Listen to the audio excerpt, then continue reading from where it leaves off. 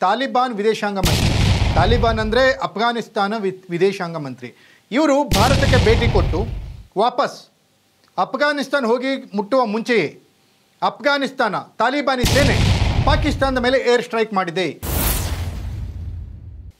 Ladies and gentleman, Amir Khan Muttaqi Taliban ವಿದೇಶಾಂಗ ಮಂತ್ರಿ. ತಾಲಿಬಾನ್ ಅಂದರೆ ಅಫ್ಘಾನಿಸ್ತಾನ ವಿದೇಶಾಂಗ ಮಂತ್ರಿ.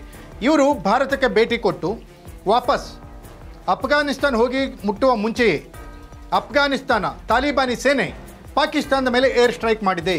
ಎಸ್, ಇದು ಈ ಹೊತ್ತಿನ ಬಿಗ್ ಎಕ್ಸ್ಪೋಸ್ಡ್ ಸ್ಟೋರಿ. ನೆಲಜಲ ಭಾಷೆಗಾಗಿ ಪ್ರಾಮಾಣಿಕ ಪತ್ರಿಕೋದ್ಯಮ. ನೀವು ನೋಡ್ತಾ ಇದ್ದೀರಾ ಫೋಕಸ್ ಟಿವಿ. ನಾನು ಹೇಮಂತ್.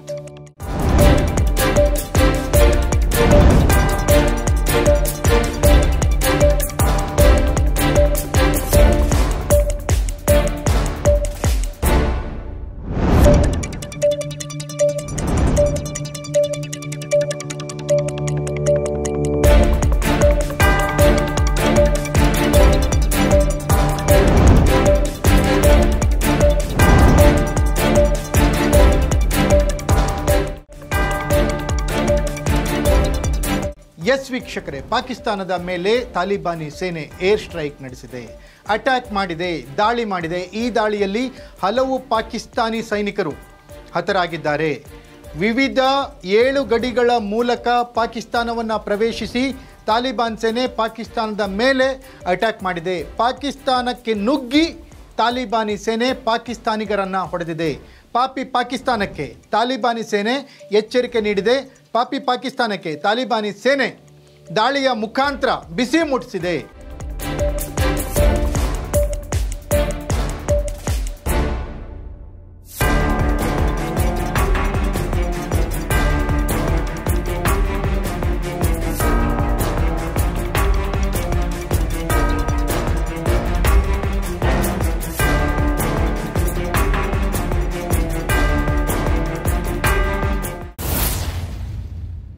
ಆಮಿರ್ ಖಾನ್ ಸಿದ್ದಿಕಿ ಇವರು ಭಾರತಕ್ಕೆ ಭೇಟಿ ನೀಡಿದರು. ತಾಲಿಬಾನಿ ವಿದೇಶಾಂಗ ಮಂತ್ರಿ ಇವರು ಭಾರತಕ್ಕೆ ಬಂದು ಭಾರತದಲ್ಲಿ ನಮ್ಮ ವಿದೇಶಾಂಗ ಮಂತ್ರಿಯ ಜೊತೆ ಮೀಟಿಂಗ್ ಆದಮೇಲೆ ಭಾರತದಲ್ಲಿ ದೆಹಲಿಯಲ್ಲಿ ಪ್ರೆಸ್ ಕಾನ್ಫರೆನ್ಸ್ ನಡೆಸಿದರು.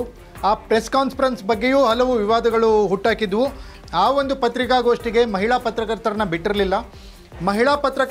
ಬಿಟ್ಟಿರಲಿಲ್ಲ ಅನ್ನುವ ವಿಷಯವನ್ನು ಮಾಧ್ಯಮ ಪ್ರತಿನಿಧಿಗಳು ಗಂಭೀರವಾಗಿ ಪರಿಗಣಿಸಿರಲಿಲ್ಲ.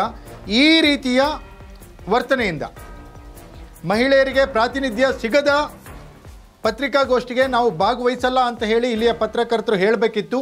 ಆದರೆ ಹೇಳಿಲ್ಲ ಅಂತ ಏನು ವಾದ ವಿವಾದಗಳು ನಡೀತಾ ಇದ್ವು. ಇದೇ ಸಮಯದಲ್ಲಿ ಅಫ್ಘಾನಿಸ್ತಾನದಿಂದ ಪಾಕಿಸ್ತಾನ ಮೇಲೆ ಏರ್ ಸ್ಟ್ರೈಕ್ ಮಾಡಿದೆ. ಈ ಘಟನೆಯಲ್ಲಿ ಸುಮಾರು 20ಕ್ಕೂ ಹೆಚ್ಚು ಪಾಕ್ ಸೈನಿಕರು ಹತರಾಗಿದ್ದಾರೆ. ನೂರಾರು ಪಾಕಿಸ್ತಾನಿ ಸೈನಿಕರನ್ನು ತಾಲಿಬಾನಿ ಸೇನೆ ವಶಕ್ಕೆ ಪಡೆದಿದೆ. ಈ 7 ಗಡಿಗಳ ಮೂಲಕ ಒಳನುಗ್ಗಿರುವಂತಹ ತಾಲಿಬಾನಿ ಸೇನೆ ಪಾಕಿಸ್ತಾನದ ಹಲವು ಬಂಕರ್ಗಳನ್ನು ನಾಶಪಡಿಸಿದೆ, ಹಲವು ಪ್ರದೇಶಗಳನ್ನು ವಶಪಡಿಸಿಕೊಂಡಿದೆ.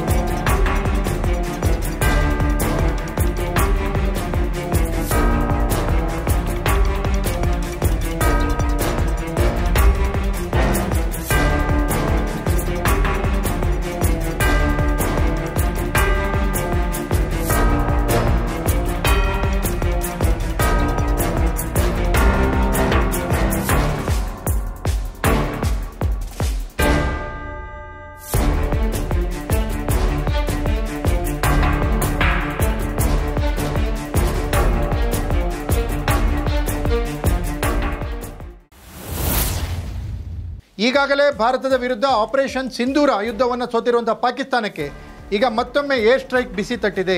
ಪಾತಕ್ಕಿ ಒಟ್ಟಿನಲ್ಲಿ ಉಗ್ರರನ್ನ ಪೋಷಿಸ್ತಾ ಇರುವಂತಹ ಪಾಕಿಸ್ತಾನಕ್ಕೆ ಈಗ ಉಗ್ರ ರಾಷ್ಟ್ರ ಅಂತ ಏನು ಕರೆಸ್ಕೊಳ್ತಾ ಇತ್ತು ಒಂದು ಕಾಲದಲ್ಲಿ ಅಫ್ಘಾನಿಸ್ತಾನ, ಬಿಸಿ ಮುಟ್ಟಿಸ್ತಾ ಇರೋದು ವಿಶ್ವ ಮಟ್ಟದಲ್ಲಿ ಗಮನ ಸೆಳೆದಿದೆ. ಇದಾಗಿತ್ತು ಇವತ್ತಿನ ಫೋಕಸ್ ಎಕ್ಸ್ಪೋಸ್ಡ್ ಸ್ಟೋರಿ. ನೆಲ ಜಲ ಭಾಷೆಗಾಗಿ ನೋಡ್ತಾ ಇರಿ ಫೋಕಸ್ ಟಿವಿ.